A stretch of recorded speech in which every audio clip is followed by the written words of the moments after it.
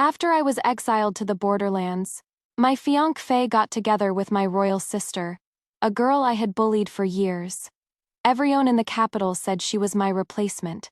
Later, at a banquet, she clumsily broke a relic left by my late mother.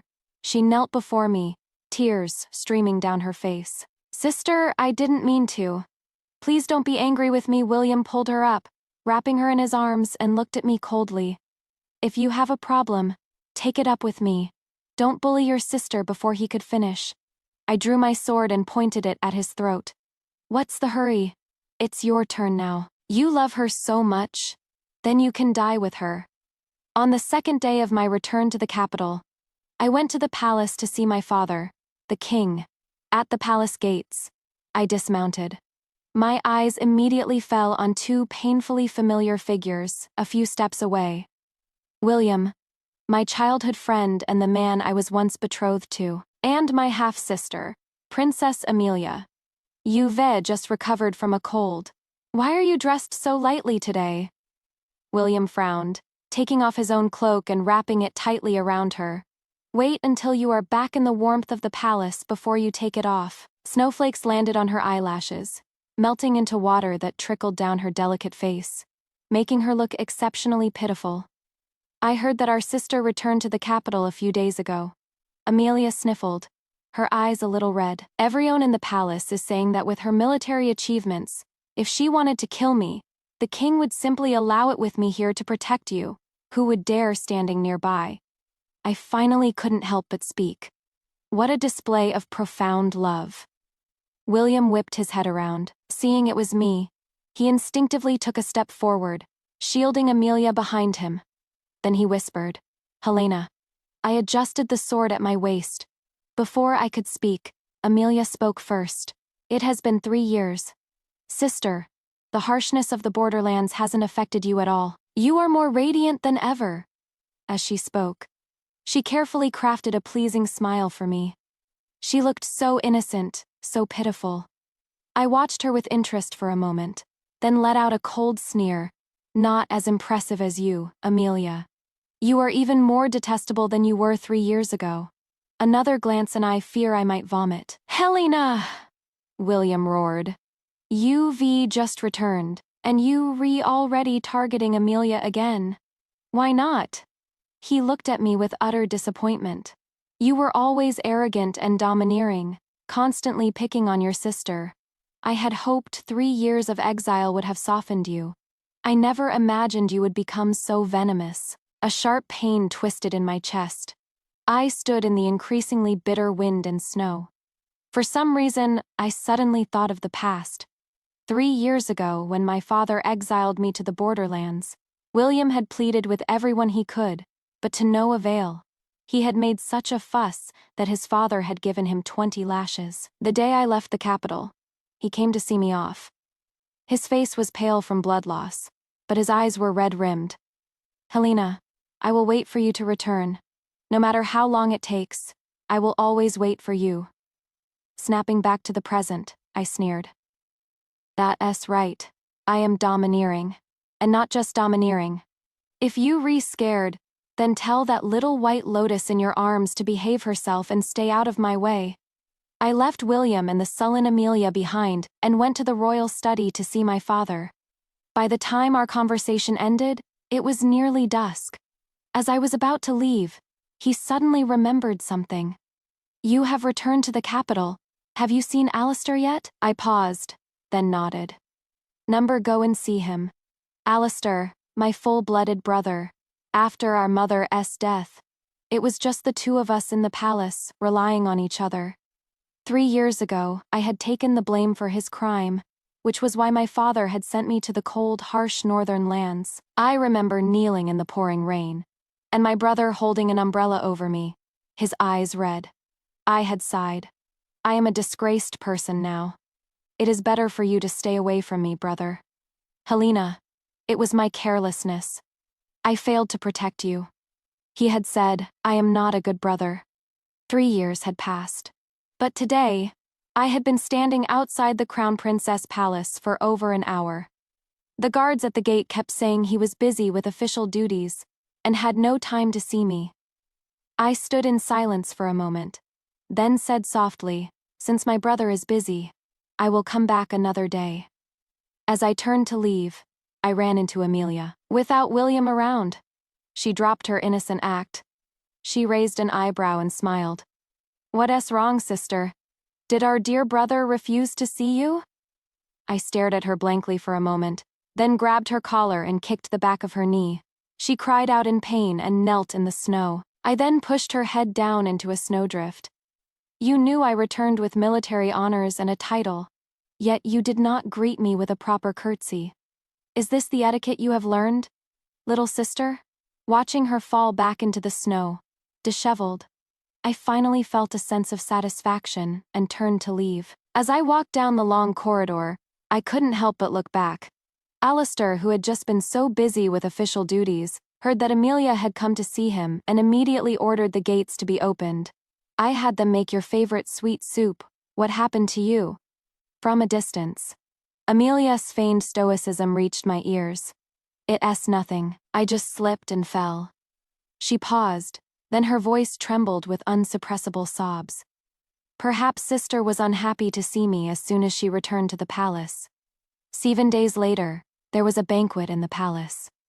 In the days since my return, rumors had been flying. Everyone was saying that I had been a spoiled and cruel child, bullying Amelia repeatedly. After a few years on the border, my nature had become even more savage. I had been targeting her from the moment I returned.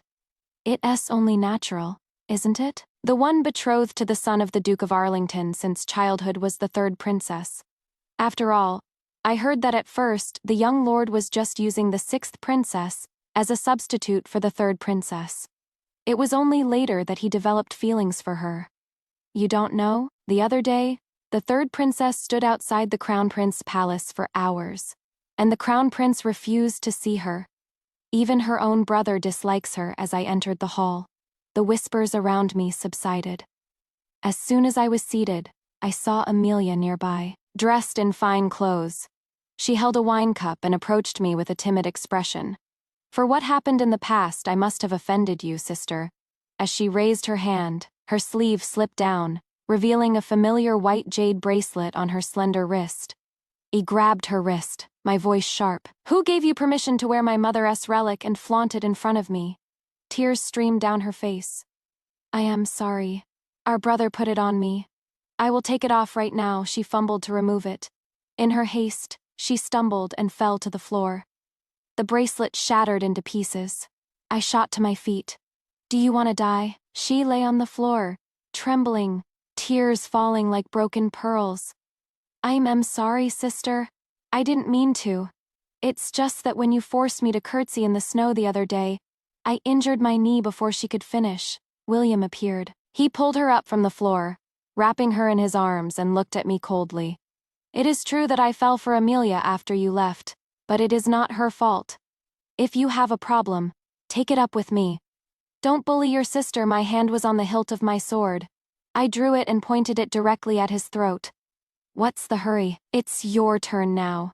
After all these years, you still resort to these same cheap tricks. Did you think I would let you go after you smashed my mother's relic in front of me?" I gave Amelia a disgusted look, then turned my gaze back to William. "You love her so much. Then you can die with her." The hall fell silent. My sword moved forward, inch by inch. It had barely pierced his skin when a cup flew from the side and hit my hand. The pain made my grip loosen for a moment. William seized the opportunity to pull Amelia back. I turned my head to see Alistair, dressed in dark robes, his expression sharp. My full-blooded, dear brother. He stood on the steps, looking down at me. "Helena, who gave you permission to draw your sword in the palace? Have you no sense of propriety?" The cup had hit an old wound on my wrist, and the pain was so intense that my vision blurred. I had to use the tip of my sword to steady myself. I looked up at him and said, word for word, "She broke a relic of our mother's. I gave that bracelet to Amelia.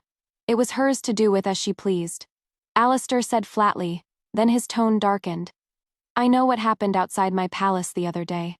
You have always been unruly. Years ago, you couldn't stand Amelia and made things difficult for her at every turn. Now you want to use our mother's name to trouble her again." He glanced at the bitter wind and the thick snow outside the hall. His eyelashes lowered as he looked at me with disdain. "Go outside and kneel for 2 hours to reflect on your actions." At once, all eyes in the hall turned to me. "I told you, even the crown prince despises her. What does it matter if she is a princess? Even if she is the daughter of the late queen, to bully the 6th princess like this is too much. They say she has military achievements. But what can a woman do? She probably claimed someone else's credit just to return to the capital. The people of the capital were masters of opportunism. Seeing that Alistair was not on my side, they dared to whisper their suspicions in my presence. And Alistair, my dear brother. He didn't spare me another glance, walking over to Amelia, who was being protected by William. "Are you hurt?" His tone softened instantly when he spoke to her. He even took her hand and examined it carefully. Only when he saw that her fair, delicate wrist was unharmed did he seem relieved. Amelia shyly pulled her hand away. I'm fine, brother. I'm sure our sister didn't mean it. It's just I accidentally broke the bracelet. It's nothing, just a bracelet. It should belong to someone who suits it." Seeing her self-reproach, Alistair's heart ached even more. He comforted her in a soft voice. "I will pick a better one for you in a few days." Amelia's tears turned to a smile. "Then, can you not punish our sister anymore?" She was just upset. I stood by, listening, and couldn't help but laugh out loud. "Bravo! What a wonderful performance! Why don't I set up a stage right here? And you, dear brother, can bring your newfound sister up to sing for everyone." "Absurd!" Alistair whirled around and snapped. "Helena, I ordered you to kneel outside and reflect. Why are you not kneeling? Even if you have reclaimed 3 cities, it was only to atone for your crimes. Do you really think that just because you have killed a few people, you can disrespect me, and even our father? Do you know what the punishment is for contempt of the crown?" He had laid a heavy charge on me. Amelia, protected behind them, couldn't help but flash me a triumphant smile. I stood up straight, my hand tightening on my sword. I brought the blood-stained tip of the sword to my eyes and examined it for a moment. Then I shook my head with a hint of regret. "So, brother, you do remember that I was exiled to the borderlands as a criminal. Then do you not remember how I came to be a criminal?" As Alistair's face changed, I continued. "If I hadn't taken the blame for you, would you be sitting comfortably in your position as crown prince today? The winds and snow on the border are harsh. Alistair, if a pampered weakling like you had gone, you would have died 100 times over. Sitting on your throne hasn't made you any smarter. In fact, you've become as fussy as an old eunuch." I curled my lip into a sneer. "You want me to kneel? Fine. First, ask my sword if it agrees." As I faced off with Alistair in the hall, my father finally arrived. He exchanged a look with Alistair, then tried to smooth things over. "I'll write it's just a small matter. Why must you two, siblings, fight like this? Helena, put away your sword. No matter what, Alistair is your brother. The word struck me, and the pain I had been deliberately ignoring surged up.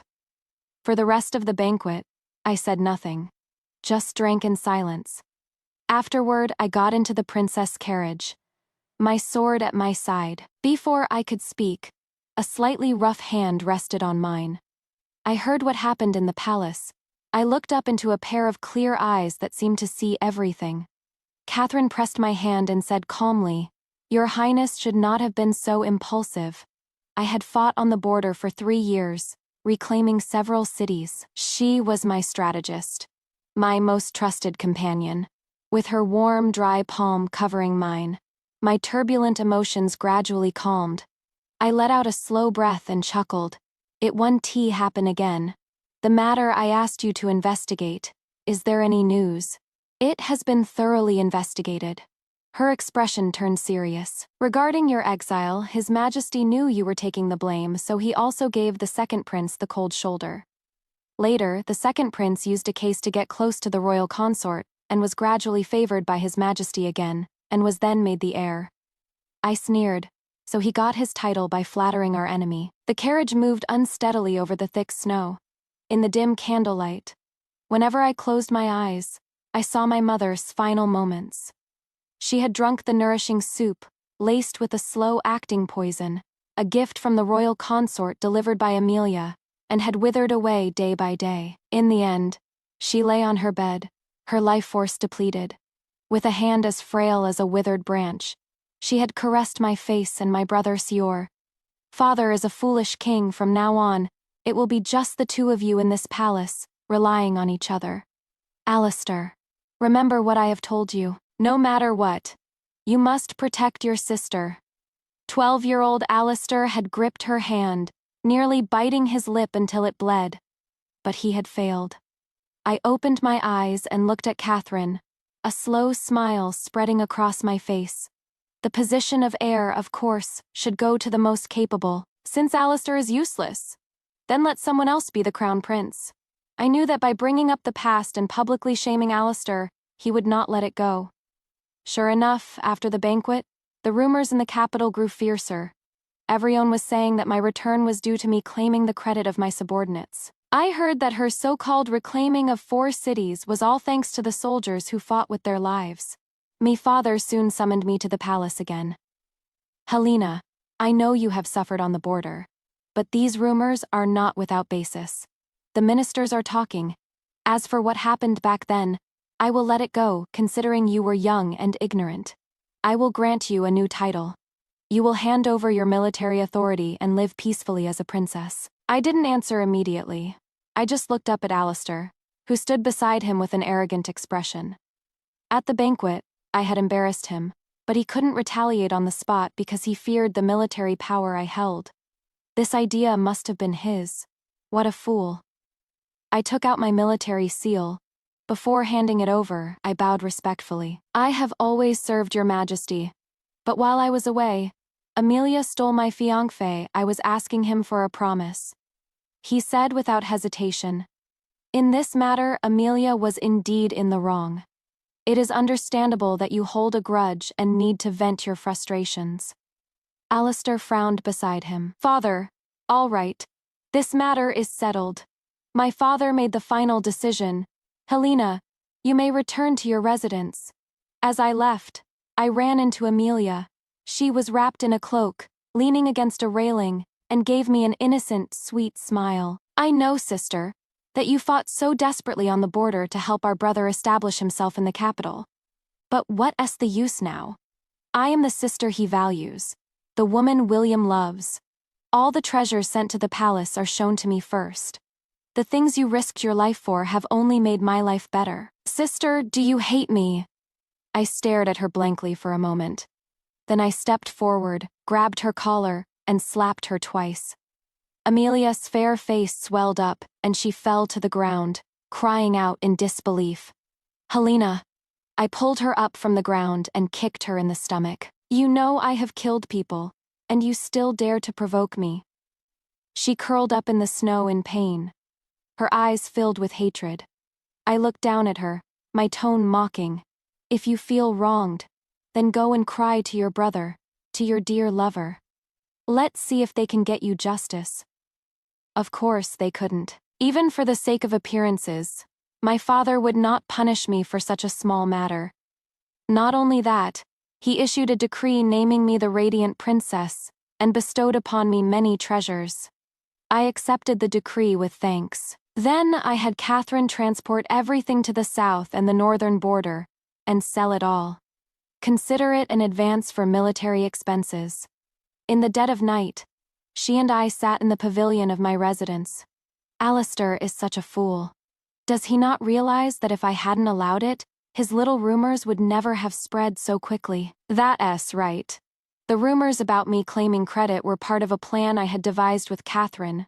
The more incompetent and powerless Princess Helena appeared to be, the less likely our secret recruitment and military planning would be detected. I had long suspected my father's incompetence. I had returned to the capital to help my brother replace him, to seek revenge and to comfort my mother's spirit. But he had befriended the enemy and become a useless fool himself. No matter, I would do it myself. taking advantage of the promise I had received in exchange for my military authority. I began to go to the palace every day to openly bully Amelia. I cut up her expensive, ornate dresses, smashed her jewelry, and forced her to bow to me until her forehead was bruised and bleeding. She tried to play the innocent victim, sobbing, "I don't know how I have offended you." "Sister," I grabbed her hair and slammed her head against a table, smiling. "Save your tears for those two fools, William and Alistair." "I know, sister. You resent me for winning the favor of our brother and the young lord I kicked her over. Excay, they dote on you so much. Why don't they come and avenge you?" She was no longer the same person she used to be. Not only had she become Alistair's favorite sister, but she had also used him to get close to the royal consort. But unfortunately, both of them still had to rely on my father's favor. And he was busy trying to reclaim the army I had led for 3 years, and didn't dare to openly punish me. Moreover, in my father's eyes, I was just a powerless, angry princess who only dared to bully Amelia and not resist his attempts to strip me of my power. He couldn't be more pleased. Soon, it was Catherine's birthday. I went to the largest jewelry shop in the capital to choose a gift for her and ran into William. His gaze fell on the pear-blossom jade hairpin in my hand, and his expression grew complicated. "Helena." I paused, then suddenly remembered. When I was 13, the token of his love he had given me was a pear-blossom hairpin he had carved himself. At that time, the royal consort was in favor and ruled the court. My life and Alistair's were very difficult. William, as the son of the Duke of Arlington, was rumored to be on the verge of breaking our engagement to marry another noble lady. So he had come to see me with that hairpin. I had looked at the fine cuts on his hands and refused to take it. I had sighed. "Our engagement is about to be broken. It is better for you to take it back and stay away from me." "Who said it will be broken?" He had raised his voice slightly and forcefully pressed the hairpin into my hand. "The only person I want to marry in this life is Helena. This vow will never change. Actually, Helena, our engagement was never broken." William looked at me, his eyes filled with nostalgia and struggle. "Now that you have returned, we can still be married. But I hope you will stop bullying Amelia. She is just a little girl whose mother died young and who knows nothing. As for what happened in the past, perhaps you misunderstood." I suddenly looked up and stared at him. Rage, mixed with a sharp pain, surged through me. I had clearly told him that my mother had been poisoned, and that Amelia had done it to get close to the royal consort. At that time, he had been on my side. "No matter what revenge you seek in the future, I will protect you." In just 3 short years, everything had changed. Disgust. I grabbed the jade hairpin and strode towards him. In his stunned gaze, I grabbed his neck and slammed him against the wall behind him. His head hit the wall with a dull thud. "You don't think you're being very noble and heroic, do you? Willing to marry me, to endure the humiliation, just so Amelia won't be bullied? Have you ever considered whether I would be willing to marry a useless parasite like you, who lives off the glory of his ancestors? If it weren't for my mother's pleading back then, your father would have been demoted to a commoner, let alone you becoming the Duke's heir. If it weren't for my mother's protection, Amelia would have died at the hands of the royal consort 100 times over. She repays kindness with treachery, and you turn your back on your promises. You and Amelia are truly a pair of despicable, well-matched scoundrels." Before William could react, I raised the hairpin, and with its sharp end, stabbed him in the shoulder. As blood splattered, I stared at his face, contorted in pain, and said, word for word, "Stay away from me. Next time, I will be aiming for your heart." As spring melted the ice and snow, trouble brewed in the south. The small island nation of Yamato, having somehow obtained our coastal defense maps, launched a surprise attack on a seaside province under the cover of night. They burned, pillaged, and plundered, their cruelty unmatched. For a time, no one could stand against them. And my foolish, incompetent father, his first reaction was not to send reinforcements. "Didn't you say you always wanted to see the splendors of the capital come?" I will take you to the palace today. She sat with me in the carriage and shook her head. A king and his heir with not an ounce of backbone between them. To face a tiny island nation, their first instinct is to retreat and negotiate. I curled my lip, but there was no smile in my eyes. Yes, utterly absurd. In the great hall, I saw the emissaries from Yamato. They were short and shifty-eyed, their gazes filled with malice and a sinister light. They gave my father a barely passable bow, then let their eyes roam freely. When their gaze passed over my face, it lingered for a moment. And they exchanged a look with Alistair, who was seated on the high platform. After a few rounds of drinks, my father asked them with a pleasant expression, "You have come to the capital. What are your terms for retreating?" The lead emissary suddenly knelt. "Your Majesty, our emperor has always wished to form an alliance with your esteemed nation through marriage. He has therefore commanded us to ask for the hand of a princess. If the radiant princess will marry into our nation, His Majesty the Emperor will treat her with the honor of a royal consort. Please, Your Majesty, grant our wish." I suddenly looked up and stared at Alistair on the high platform, and beside him, Amelia, who couldn't suppress a triumphant smile. I had only managed to get out one word when, from among the courtiers, someone suddenly knelt. It was William's father, the old Duke of Arlington. "I implore the radiant princess to consider the greater good, the future of our nation, and the safety of our people." Around him, a circle of courtiers knelt before me. "Please, Princess, for the sake of the nation." In a flash, I understood. There was no accidentally leaked defense map. From the beginning, this was a trap set by my dear brother to humiliate and eliminate me. The old Duke raised his wizened face, tears streaming down his cheeks. He hid his blatant intentions behind the so-called greater good of the nation. "I know that the princess is of noble birth and would not wish to travel so far. But now, for the sake of the people, Alistair." I ignored everyone else in the hall and fixed my sharp gaze on Alistair. "For your own selfish desires, you have disregarded the safety of the people. And you can still sit there so calmly, you beast. Are you even fit to be the heir to the throne?" His face darkened. "Absurd. Helena, have you no respect for your station? Respect?" I slowly savored the word, my gaze sweeping over the faces of the people in the hall, each with a different expression. It was like watching a ridiculous farce. Then I suddenly burst out laughing. "All right, brother. Then let's see my sense of respect." I triggered a mechanism, and the dagger strapped to my forearm slid into my hand. The familiar, rough hilt pressed against my palm. I gripped it, leaped forward, and rushed towards the gloating Yamato emissaries. With a swift motion, a sickening squelch as the blade cut through flesh and severed a windpipe. Blood splattered everywhere, hot blood splashed on my cheek, and I wiped it away without a thought. The thick, sweet smell of blood filled my nostrils. I looked at the three bodies that had collapsed before me. I slowly turned around. My father stood up, his face a mask of shock and anger. "Helena, have you gone mad?" "I am not." Blood trickled down the dagger, dripping from its tip. I stood before the three corpses, seeing in the eyes of the others my own demonic appearance. Those who offend us, no matter how difficult, no matter how far, will be punished. Father, this is my sense of respect. Yamato is a tiny island nation that was once a vassal of our kingdom. For the past decade, they have been eyeing our territory. Their recent acts of burning, pillaging, and harming innocent people are even more despicable. I propose war, not peace. I implore Your Majesty to issue a decree, to allow me to lead an army south to drive out the Yamato pirates and reclaim our province." I said the last sentence with unwavering conviction.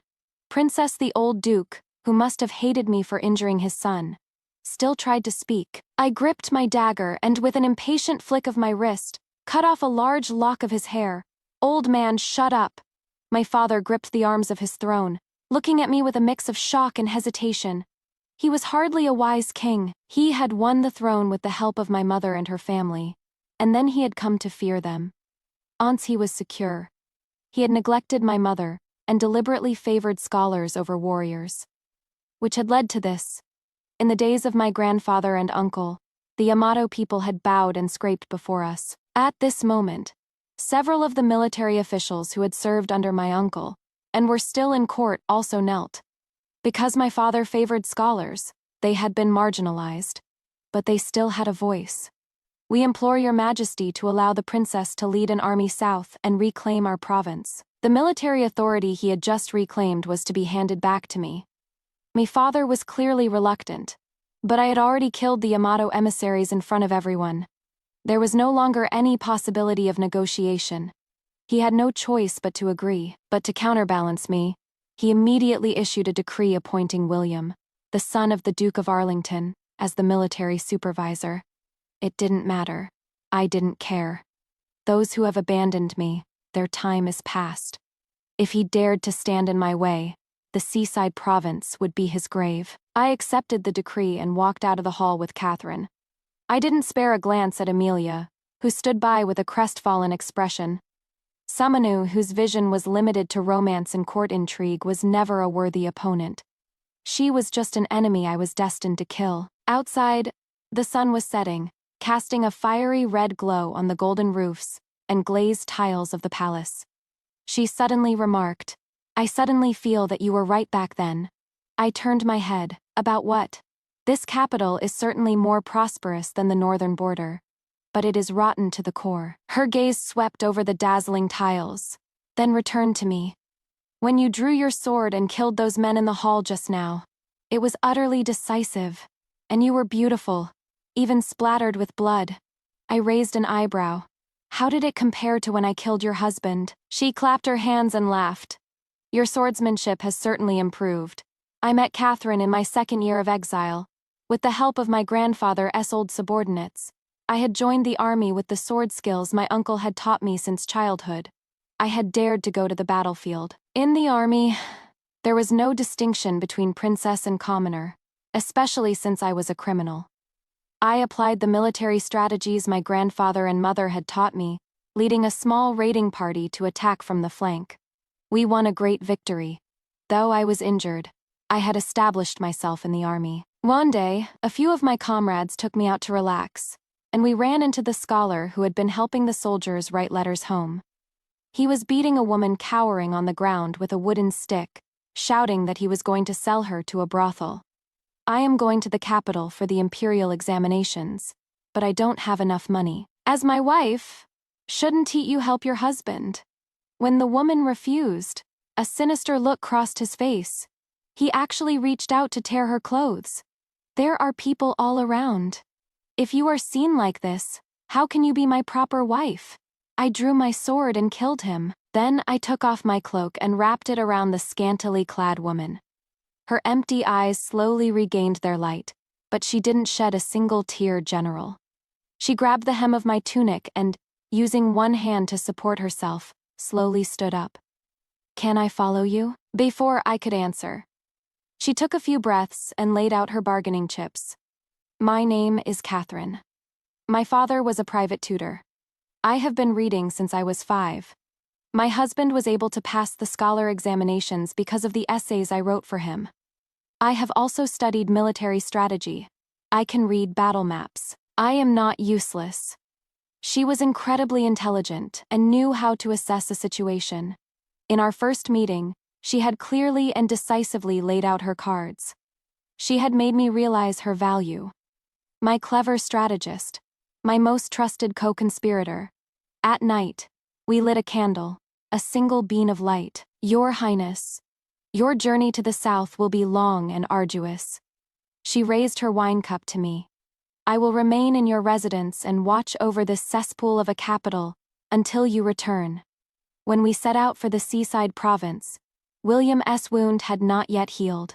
I rode a horse, so he had to travel in a carriage. Whenever we stopped to rest, I could feel his complex gaze on me.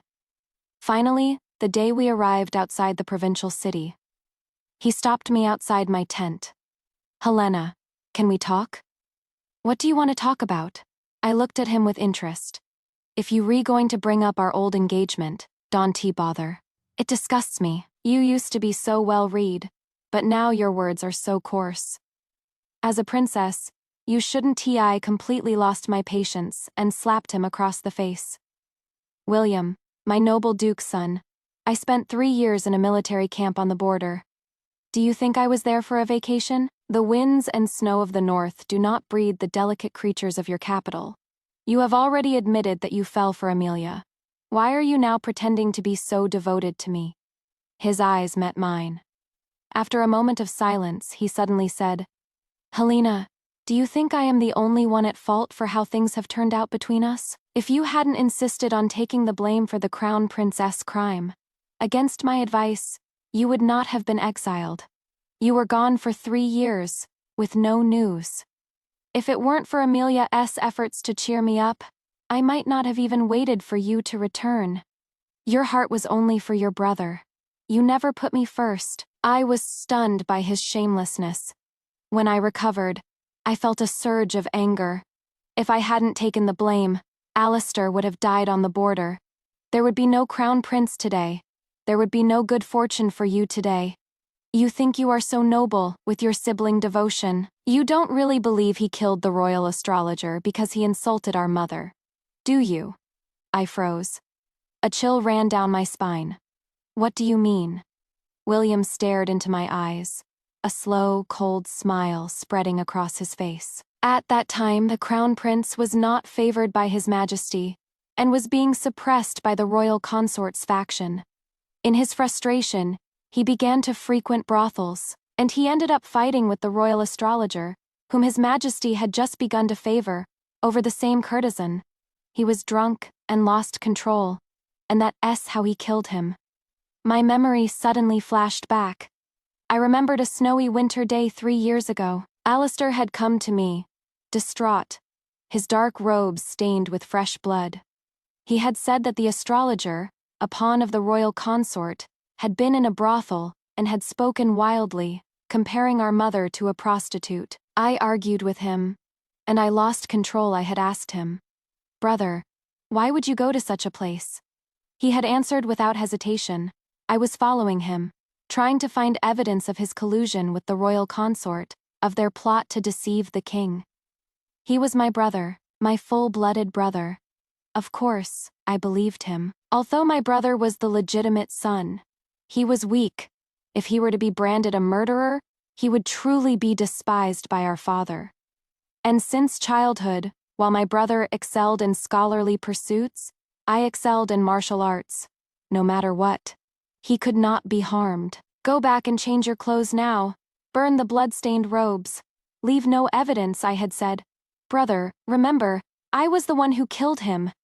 I snapped back to the present, looking at William. There was a strange look of satisfaction on his face. You dare, if you knew back then, and didn't tell me, how are you any different from him? I said, word for word, William. You and Alistair are both shameless, despicable creatures. I didn't sleep all night. A silver crescent moon hung in the sky. The night wind from the seaside province carried the scent of the sea. I sat in the moonlight with my sword, thinking over the past. The root of all this change was not my 3 years away from the capital. My brother and my childhood sweetheart, they were already rotten. But so what? So what? 3 years, 1,000 days. The hardships of the border had tempered me daily. My heart was as hard as a rock, not to be swayed by anything. Reclaiming the seaside province was easier than I had imagined. The Yamato people were skilled in naval warfare, so I lured them onto land, broke their formations, and defeated them piecemeal. As we reclaimed the province, step by step, the way William looked at me grew stranger. There was a hint of struggle and reluctance, and even a faint trace of hatred. In the final battle, the Yamato forces were in full retreat. I chased their commander into a desolate valley. A few steps behind me was William, 2 against 1, and our opponent was at the end of his rope. It should have been a certain victory, but as I raised my sword to strike the Yamato commander, William suddenly turned his blade and struck the front legs of my horse. The horse let out a terrible scream and collapsed.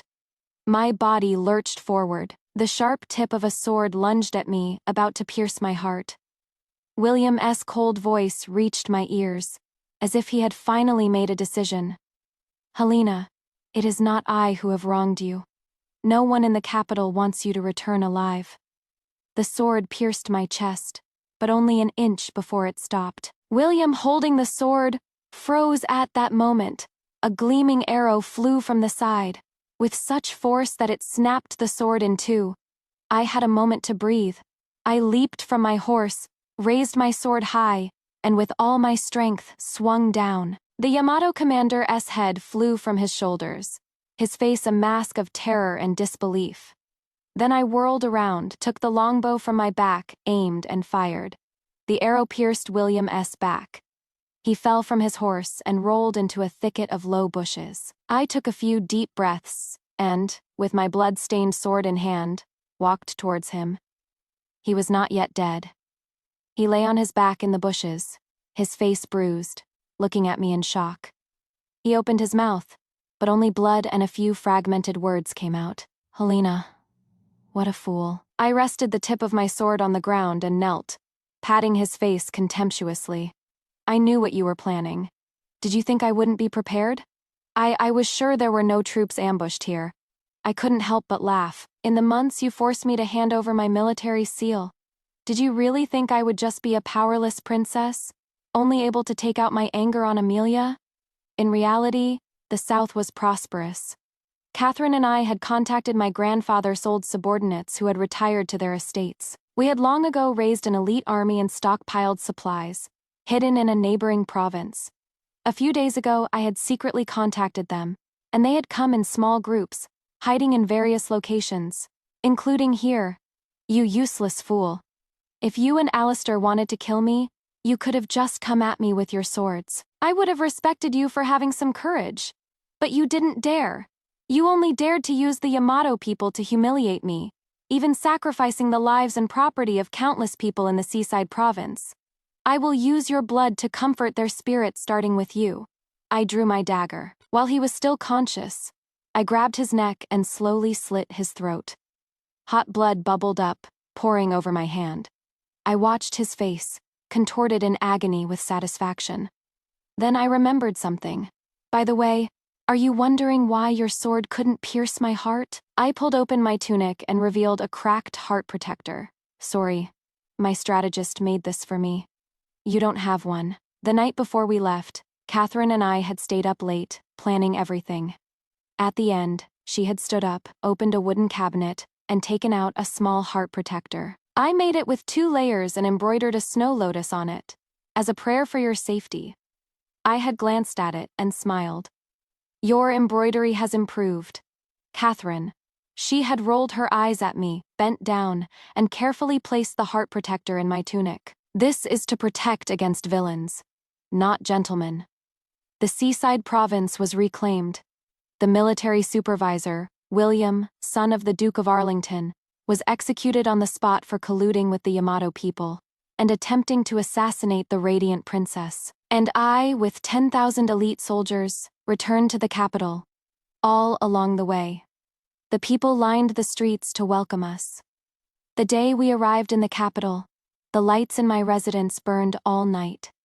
Catherine and I sat on a couch. The single flame of a lamp danced in her eyes. She said, "Everything is ready." Also, in the process of our planning, I discovered something very interesting. It might help us get rid of your brother with even less bloodshed. The next evening, my father held a banquet in my honor.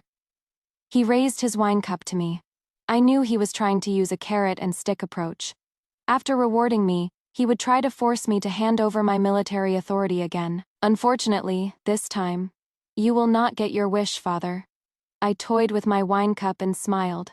Father, you should drink less. Otherwise, if your body is depleted and you cannot satisfy the royal consort, will not our dear brother have to toil in your stead? A stunned silence fell over the hall. Helena! What nonsense are you spouting? Alistair's reaction was extreme. He shot to his feet in a mix of shock and anger, his movements so violent that he overturned the table in front of him.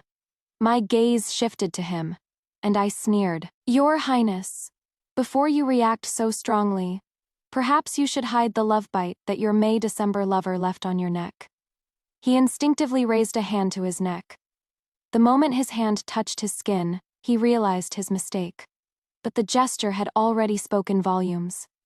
"Your Majesty," Simone cried out. I looked up to see my father, seated on his high throne pointing at Alistair. But his eyes had rolled back, and his pointing finger was trembling violently. "You treacherous son," he managed to get out those few words before his head slumped to the side, and he fainted. Guards. The sudden turn of events had caught everyone off guard. But my expression darkened. I pressed my hand to the hilt of my sword. Alistair has shown no respect for his superiors, has violated all moral principles, has dared to have an affair with a royal consort, and has even plotted to harm our father.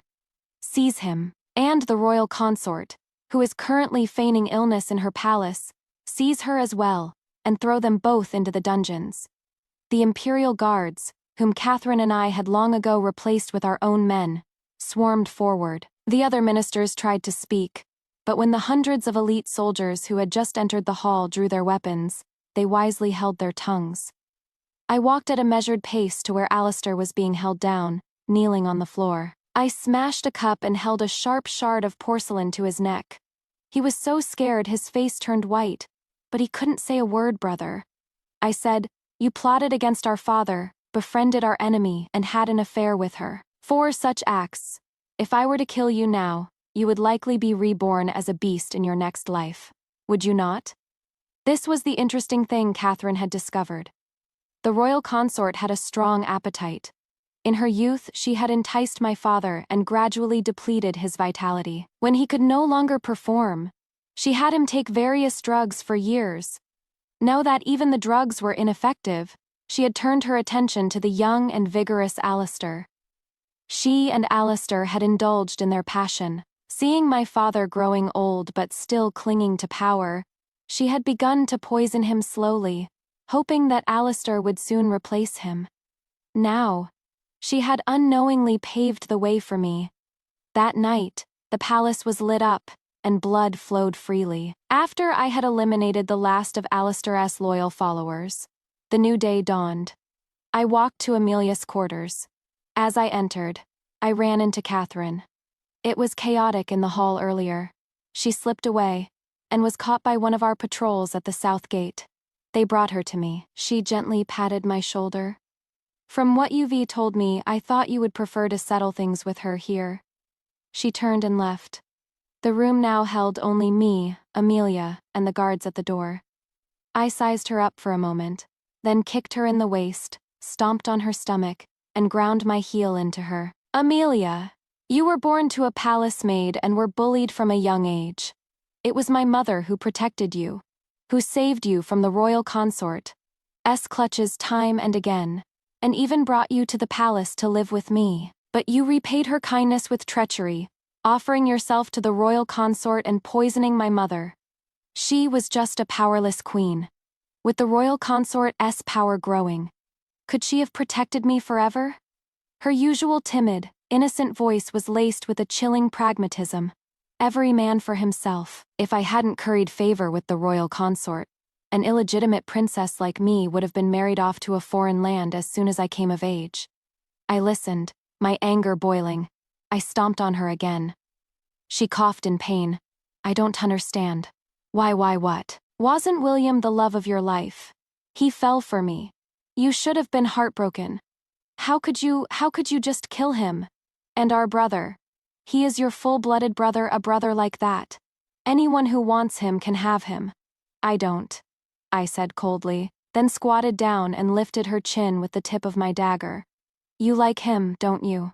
Then you can have him." With that, I raised my hand, and the dagger carved 2 deep, intersecting gashes on her beautiful face, deep enough to see the bone. She trembled as she touched her face, then began to scream like a madwoman. "Is that all it takes to scare you, Amelia?" I curled my lip. This is just the beginning. I had Amelia and the royal consort thrown into the dungeons, and fed them a daily concoction of drugs. It nourished their bodies while also heightening their sensitivity to pain. Then I had guards stationed there. Every half hour, they were to cut a piece of flesh from their bodies. As for my foolish, incompetent father, although the physicians did their best, his body was already depleted. and he had been poisoned. The shock had left him half paralyzed. It didn't matter. I had someone hold his hand, and stroke by stroke, write the edict to depose the crown prince and pass the throne to the radiant princess. Then I thoughtfully had someone watch over him. You must take good care of His Majesty and allow him to live out his days in peace. By the way, my mother and her family passed away early. His Majesty must have always felt guilty about that. You will serve him well. Every day, you will help him out of bed and have him kowtow 100 times to my mother's and grandfather's memorial tablets. Consider this a small act of filial piety from his daughter. The attendants beside him meekly agreed. Me father, his face contorted, lay in bed, looking at me with rage in his eyes, unable to form a complete sentence. I stood by his bed and smiled. Father, you always said I had no sense of propriety, that my mother had not raised me well. You punished me for it many times. Now, you will see what my sense of propriety is. The next year was incredibly busy. I consolidated my grandfather's old subordinates, whom I had secretly contacted, dispatched troops to the northern border, and had already taken 6 cities from the neighboring tribe. Just as we were about to attack their capital, they finally sent a letter of surrender. They were willing to become a vassal state and pay tribute annually. It is said they will also send their most beautiful 9th prince to marry your majesty. I rested my chin on my hand and said lazily, "Is that so? That is a small matter. Yamato has repeatedly attacked our southern coast. Many have died in the seaside provinces. I have been training a navy for half a year. It is time to test our strength against them." I considered for a moment, issued a few decrees, and then dismissed the court. After the ministers had left, only Catherine remained in the great hall. I had already made her a duchess and a chancellor. "Your Majesty, I have an important matter to report." I looked at her serious face and teased. "Is it something that can be discussed over dinner tonight? Alistair wants to see you." I froze. If she hadn't reminded me, I would have almost forgotten about my dear brother. After the palace coup, I had dealt with all my other enemies. Only Alistair remained. In those days, I often dreamed of my mother, of my childhood. I was skilled in martial arts and was often scolded by my father for being unladylike. A few times, I had cried in frustration. He would sneak out of the palace and buy me candy figures to cheer me up. He had once been a real flesh and blood brother to me. And I had once genuinely wanted to help him ascend the throne, and then avenge our mother. My feelings for him were far more complex than my feelings for William. So I had only had him thrown into a dungeon with dozens of snakes, not executed immediately. Now, as I entered the dungeon, I saw that he was a wreck. So thin he was barely recognizable. It made sense. He had always been terrified of snakes. Seeing me, the deadness in his eyes flickered. When he spoke, his voice was a hoarse rasp, like torn silk. "Why didn't you just kill me?" I opened the cell door and stood before him, looking down. "Why did you do it?" He looked at me with a dazed expression, the long torture having slowed his mind. It took him a long moment to understand. "Why? Because I am a prince, and you are just a princess. She could only cause you some minor grievances in the palace. What about me? I was starving and cold, not favored by our father. When I was finally given a task, her faction controlled everything. I was thwarted at every turn, failed, and was then scolded by our father. How could you know what kind of life I lived? I was the legitimate son, yet I was treated worse than the eunuchs. Any nobleman's son could bully me at will." "That is because you are a coward. If I were you, I would rather die fighting them than endure such humiliation," I said sharply. "Even so, what did our mother ever do to you? What did I ever do to you? Of course she was at fault. Why could the royal consort win our father's favor? But she couldn't lower herself to please him for my sake." He looked up, his face contorted with rage. "If you must blame someone, blame her for being a powerless queen, a useless mother." A flame of anger shot through me. I grabbed his tunic and slammed him against the stone wall behind him, again and again, until he slid from my grasp like a boneless heap. I stood up straight and looked down at him. His hair was matted with blood, his features almost unrecognizable. I moved my lips. Goodbye, brother. That night, I dreamed of my mother again, having killed Alistair with my own hands. I could barely meet her eyes, but she walked over and stroked my hair. Helena, he whispered. Mother, it was Alistair, as your brother, who failed to protect you. In the dream, she took my rough, scarred hands, her voice full of heartache. My Helena, you must have suffered so much. My heart felt as if it had been submerged in warm water. All my remaining negative emotions vanished with her words. I opened my eyes. The moonlight was bright outside the window. The past, like shifting sand, blew past my eyes in the night wind and scattered silently. That year, I was 20. I had settled all my scores and had everything I wanted. From now on, all that remained was to leave my mark on history.